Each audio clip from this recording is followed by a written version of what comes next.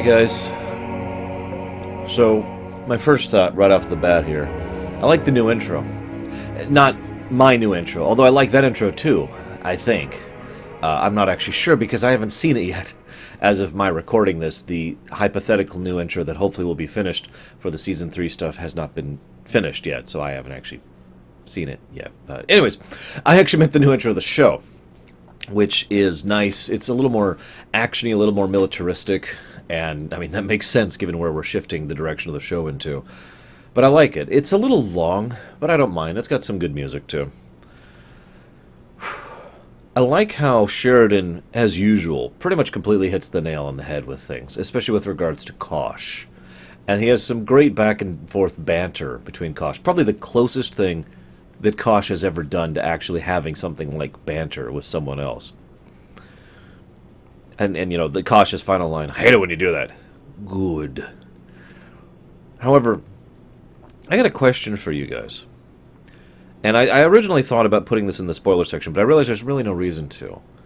For those of you who've seen this show before, how much do you think it was Kosh's decision to save Sheridan? And how much do you think it was the Vorlon's decision? Was it all of one? Was it all the other? Was there a mix? I'm curious of your thoughts. I realized something. This keeps coming up. There continues to be story concepts in Babylon 5 that I recognize from Primus, and I swear to God it wasn't deliberate. Yeah, I keep seeing it. From my perspective, it's like, oh, huh. I actually have done this more than once. Unintentional inspiration. In other words, I have so many thoughts and so much lore just bouncing around in my head that occasionally when I'm constructing my own stories, I, without really meaning to, look at something else for inspiration and try to use something of a similar vein to adapt that kind of idea to my own. In this case, in Primus, I'm not even sure if you've seen these things yet or not, or if you even care about Primus, and that's fine. But the idea of, and it's relevant to Babylon 5, what at the time feels like a big deal. The war between the Narn and the Centauri. And it was a big deal. And it was awful. And it was devastating, and it changed the very face of galactic politics. And yet, it is so much smaller compared to the real threat, compared to what's actually going on. Using this big, obvious thing as a lead-in conflict, as a small conflict that will be overshadowed by the larger one coming. I like Marcus. One of those questions that I tend to get asked a lot is, who's your favorite character in Babylon 5? And my answer is always immediately Londo Mollari, followed closely by Jakar. But after that it gets tricky, because I like a lot of the characters a lot. However, I've only ever heard one person say Marcus was his favorite character. And I asked him why, and we had a bit of a discussion about it. And it boiled down to the fact that Marcus was not a zealot. And I find that interesting, because it's true. He is not a zealot. He is not a true believer in the cause. He is not someone who is adamant in the fight against the shadows and doing what is right. He promised his brother he would carry on, and he has. And over time, that will grow to mean something, but his reasons for joining are simply, I promised my brother, and I keep my promises. That by itself speaks volumes for the individual and the character thereof, and says a lot for the direction he's going to be going in. Now, there's a guest star in this episode, other than Mr. Molden, of course. Tucker Smallwood is his name, and he plays Indawi. I hope I'm pronouncing that right. They only say it like twice in the whole episode, I believe. But he plays the special individual from EarthGov. I just want to say that I like Tucker Smallwood. He's a great actor, and I like seeing him whenever I can. Probably the role I most remember him from is Space Above and Beyond. He was really, really good in that. But I think the thing I like most about him is, at first he plays it kind of by the ear. You can't quite tell if he's, for lack of a better way to put it, in on it. And even by the end, you're not really 100% sure if he's part of the Clark administration, part of the conspiracy back home, or if he's just a guy trying to do his job. It's not until the very end, like the second to last scene, where it's pretty much made clear that he is not a part of the conspiracy. He is not a part of these events. He is just someone doing his job. And I like that. I credit a lot of that to Mr. Smallwood himself for the shadings in his presentation and his character that allow him to be perceived either way right up until the end there. It's a good job. Very nicely done. I also like the quiet little things they do in this episode. There's a lot of them. There's like 7 or 8 little things throughout this episode. They're just little continuity nods. I've talked about this before. It's the idea of the backdrop continuity. And in other words, you don't have to call attention to every little thing that happens to be contiguous from previous episodes. But when they're there, you, the person, acknowledge that they're there, consciously or otherwise, and it helps flesh out the world, make it more believable, make it more real. It pulls you into the screen more, as opposed to pushing you out of it. It's, well, I don't mean to be unkind, but it's kind of the opposite of what Voyager does. Voyager may have a good episode, but that episode, more often than not, will have nothing to do with anything else. By contrast, Babylon 5 might have an average episode, but that average episode is affected by many episodes that happened prior to it. And so we're pulled in more, at least I am. One of the things I like about Babylon 5 is its approach to politics. I had a whole speech about the 3 types of politics, right? And, or really, the varying types of politics. Let's not get into semantics here. I like how Londo approaches Mr. Morden. Because from everything we've seen, it seems very clear to me, even now, that Londo wants nothing to do with Mr. Morden or his associates. And that's it. He doesn't want to have anything to do with them. And Mr. Morden's not an idiot. He knows that.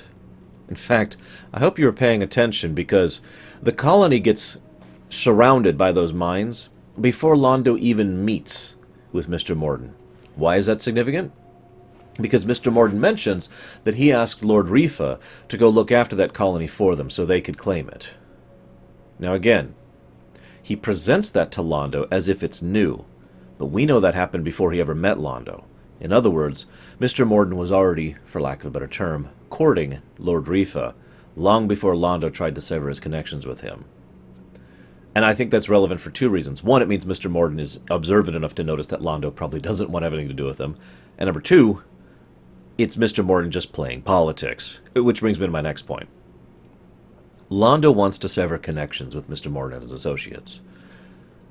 What I love about that is I have no doubt that that is primarily a personal prerogative.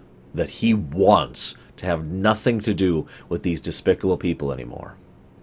Remember what he said, Lord Rifa? This is the last time I call on them. No more after this. And Lord Rifa's like, okay. Whatever it takes. And yet Londo never says that. In fact, he allows Mr. Morden to presume that this is petty politics. That this is your typical Centauri mindset, to hide behind that, so Mr. Morden doesn't presume that this is Londo's personal desire to no longer be associated with these devils. Because that is petty politics, after all. Alright, if you help me, I will rise to power and then help you. Alright, you have helped me rise to power, and now I ignore you. I cast you aside, for I have no more use for you. That's petty politics. I call it that because it is ultimately petty, and while it can work in the short term, in real life and in fiction, it usually does not work out in the long term to cast aside your allies like that. Because what you do is you find yourself in a... Political power requires other people. That's why it's called political power. Some old geezer who happens to be in charge of an empire probably doesn't have any personal power. If someone came and tried to attack him, he would rely on others in order to defend him. Or some great queen, or some great emperor or empress. It doesn't matter. Political power means you don't really have the ability to defend yourself or to enact your own will by yourself. You need others to do it. Ergo, you need others to listen to you. There's many ways to do that. Diplomacy, negotiation, fear, bribes. I mean, there's all sorts of different desires, and there's this massive morass of gray that you can appeal to that is politics, personal and large scale, right? So when you cast aside someone who has worked with you, who is your ally, and then treat them as if they are no longer your ally, you have just gotten rid of someone who is willing to listen to you. Ergo, you have actually just lost political power. And of course, even that is not always a bad thing. There are many circumstances where that might be a required thing. Either you have gained new allies that outweigh the previous and they demand the lack of the previous, or maybe you're in a situation where you know the previous were going to betray you and to turn you aside. If you gave them their favor, they would then use that against you, so you have to cut them off. This is the game of politics right now, and something Babylon 5 does very well. And I love how all of this is presented in a simple conversation between Londo and Mr. Morden. All of this is right there on screen, especially in their second meeting, where Mr. Morden finally pulls out and plays hardball. Now, when it comes to politics, what I call hardball, to make my definition clear, is when you no longer imply. It's when you no longer try to play the game. When you just flat out say, this is what's happening now, the end. That's when you're playing hardball when it comes to political games. And Mr. Morden just kind of stops all of the games and just plays hardball with them and flat out says, no, we're working with Mr. Rifa now. And Londo's like, well, I'd kind of like to know about the ships. And Morden just cuts him off. Nope. Maybe. In the future. Get your ships out of that quadrant. You don't want to be there when we show up. Very delicate game that Mr. Malari is playing. It's funny that someone who is arguably one of the most powerful people of arguably one of the most powerful nations in the galaxy is cowed by a guy. That's the power of politics right there. So, speaking of the wonderful game of politics, my next thing is about politics as well. But don't worry, I won't ramble on about politics this time. Instead, it's about Delenn and how she treats Mr. Smallwood. I don't remember his characters, how to pronounce his character's name. I'm not even going to try. The representative. She can't tell him the truth, because if she did, she would risk a political consequence. Now, this may not sound like your typical politics, because usually when we think politics, we think more gray stuff. But war, threat of war, all that is still politics. So her very real fear of an early war that might cause things to go badly for them is something that she must always keep in mind. In fact, we see at the end of the episode, Mr. Morden flat out says, no need to hurry things. In other words, that's the quiet confirmation that all the efforts made by the heroes throughout this episode have succeeded. That the shadows are unaware that they're aware. And that's politics too.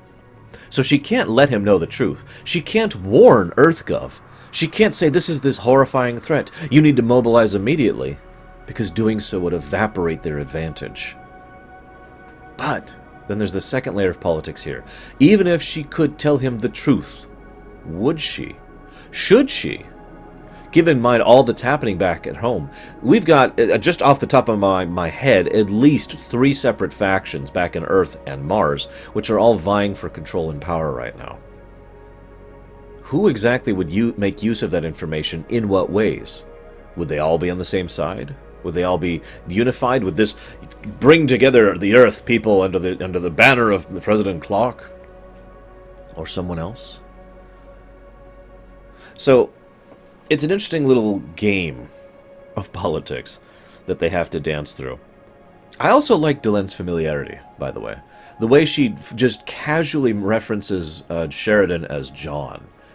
It's a very subtle touch. It's so quiet that you're not supposed to notice it, and I like that. It's intended to show that Sheridan and Delenn have started growing closer in their purview of running the Rangers and being the heads of this army of light. It's a nice little touch. Londo's speech about duty is fantastic. It's, on the one hand, it's intended to just be like, it's just an excuse. And yet at the same time, it shows a lot about how Londo himself views his own people.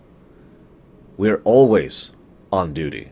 We're always on the job. We're always doing what we can for the Republic, for our families, for our names. He pretty much outlines Centauri politics as he views them right there in that one sentence, and I like that. And then he sees the ship, and that's a wonderful two-edged scene, because on the one hand, Mr. Smallwood has no idea. He's like, okay, whatever, sure. Probably doesn't even write down that encounter in his notes. And in fact, he doesn't reference it after this point. He only references the Narn situation. But then, for Londo, that scene changes everything. In that moment, Londo now has a piece of the puzzle he was missing to connect it. because what he is seeing is a hostile, powerful ship that he's seen before in his own dreams, his pseudo-visions. He has seen his own world under the gaze of these things, under their wing, if you will. And that terrifies him. And then when Mr. Smallwood says that's not much, and Londo says, no, but it's enough. That line is not for the individual. That line is for him. Londo has started putting the pieces together, and he realizes just how dangerous things have gotten. And that's funny, because Londo is no fool. He already knew how dangerous the game he was playing was. It's just now he realizes he was only realizing how dangerous the game was if the other side was of equivalence. Like if he assumed everyone was playing at this level of the game. Now he's realized there's someone playing up here, and he understands that. He has an understanding and comprehension and the wisdom necessary to recognize how big of a deal that is. It's a great scene. Also, Marcus is Batman. I don't know. No, seriously. What's the defining thing about Batman? Okay, several people will give different answers to this. You know, he thinks everything ahead. He's got a utility for everything. But what I usually define Batman as a broody misery guts. Life is pain. My parents died, and my backstory is filled with tragic grief. It's okay. I will soldier on. It's one of the archetypes I see a lot in D&D. I've GM'd for so many players who have played that kind of archetype of personality. I don't mean to insult Marcus. He will clearly show more layers to his character as we go, as I've already mentioned. But as I saw the way he's talking, I was just like, oh my god. So Sheridan, once again, shows several aspects of his mindset and his personality in this episode. The first, his perspective as a military officer. Sheridan is what I like to call an ideal military. If an ideal military existed in real life, I'd sign up like that. Because I believe in that ideal. I do. It is my opinion that no military on this planet exists in that ideal. Sheridan is someone who is of that same ideal. You know, the very, and it's not just one thing, it's many different aspects of being an officer, of being military, of conducting yourself honorably, of taking care of civilian populace, of ensuring that you do everything you can for the men and women under you. You know, it's all of those general concepts, what we usually think of as the best sides of military, that I tend to adhere to as that ideal. His statement about how he, you know, when I accepted joint right of the Army of Light, I took responsibility for this people, and I will not abandon them. I like that. Then we see why Sheridan is necessary. Now, this is a critical component, because I have heard people in person ask me this. Why is Sheridan necessary in this episode? They already have the White Star. I'll gush about the White Star in a minute. They already have the White Star. Why do they need Sheridan? And yet the episode itself goes out of its way to explain why they need Sheridan without actually explaining it. It treats you like you're smart by showing that these people have no idea what they're doing. This is a ship crewed by the religious caste, with what looks like a bare-bones crew. Then again, it's a small ship, so it might not have that large of a crew. But this is Babylon 5. They're not shy about background casts, so we can assume that what we see is what is there, at least with regards to the bridge. And we've seen Earth Alliance ships' bridges before. They're swarming with people. This ship has like maybe 10 people there, if that. They need someone who has the ability to think, command, and take action. They need someone who has to hit all of those points of what commanding actually means. It's not just being able to deduce the proper tactical course. You have to also look at a situation and decide it now. You don't have the luxury of time. This is not a turn-based game. This is a real-time strategy, and you have seconds to decide. And you have to decide now, and you have to decide correctly, and you have to be adaptive, and you have to be thinking several steps ahead. Sheridan proves why he is essential to the White Star. The White Star wouldn't have been able to function without him, just as he would have been powerless to help these people without the White Star. It's a great way to mesh the two things, to show that he is essential, but not the only one contributing. He is not the hero. He is a part of the team of heroes, and I like that. Hang on, let me skip ahead of my notes. There's another thing I wanted to talk about with Sheridan. His long-term thinking, and is another way we see that. He is the kind of person who demonstrates, again, in this episode several ways, that he isn't thinking about the solution to now. He's thinking about the solution to 5 minutes from now, 10 minutes from now, 20 minutes from now, 2 hours from now, 2 days from now. He is trying to think ahead at all times. And there's this wonderful scene where Delenn is basically trying to tell Sheridan, there's no way, we can't stop this, we can't do this.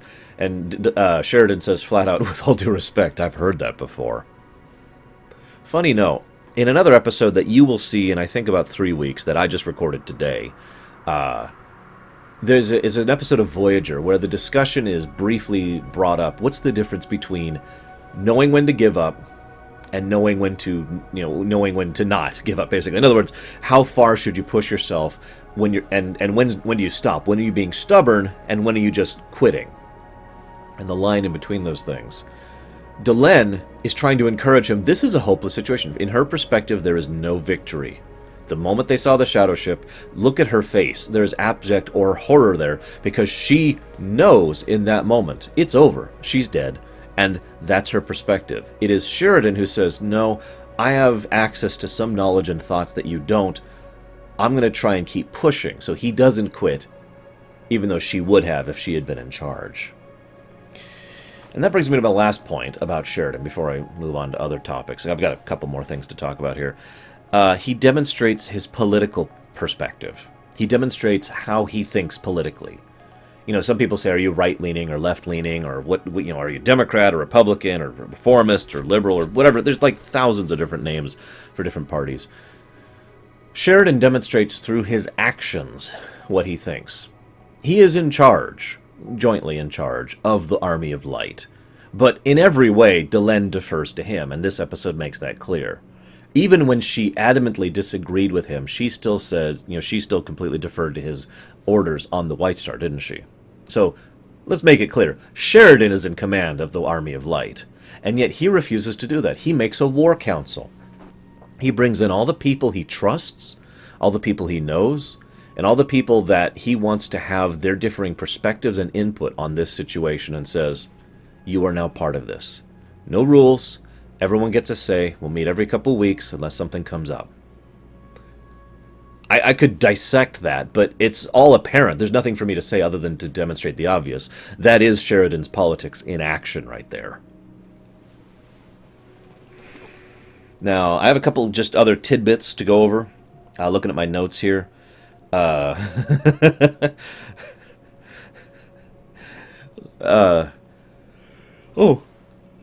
me. Londo looks at Morden. This is rewinding a bit. And says, what guarantees do I have that you won't attack us? And Mr. Morden says, immediately, none. But then Mr. Morden kind of almost gives that horrifying grin and says, you and I both know that promises and treaties mean nothing. That's brilliant, because not only is it true, as the Centauri themselves are showing, but it also demonstrates two facts. One, Mr. Morden and Londo Mollari have never had a contract or a treaty between them. It's all been verbal agreements. And, number two, Londo himself talked about the paper fantasy all the way back in Season 1. He's already believed this. He already knows this to be true. He's just kind of doing his dutiful duty until Morden says, no, don't pull that crap with me. We won't attack you because we have what we want. There's your promise. I like that. Garibaldi has a great scene in this episode. This isn't really a Garibaldi-heavy episode, but the scene in this episode is brilliant. He talks about, no, if I know, I couldn't possibly repeat it. It's this great speech. Just watch the episode. It's a great speech where he gives to Mr. Smallwood. I know, but if I let myself know this, then I wouldn't know, and then I would know, and then I would know. And it's great. And of course, the actor who plays Garibaldi does a great job of those kind of little Garibaldi moments that I don't know how else to define. And then, of course, he plays his own variety of politics. Garibaldi doesn't play large-scale politics, but he does play politics constantly as part of his job as security chief. He just plays personal politics.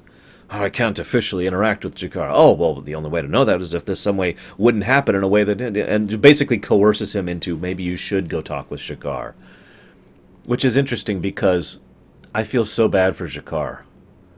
Finally, someone will pay attention to the warnings I've been giving. At this point, for almost, I think, about a year. A little over a year, actually, at this point.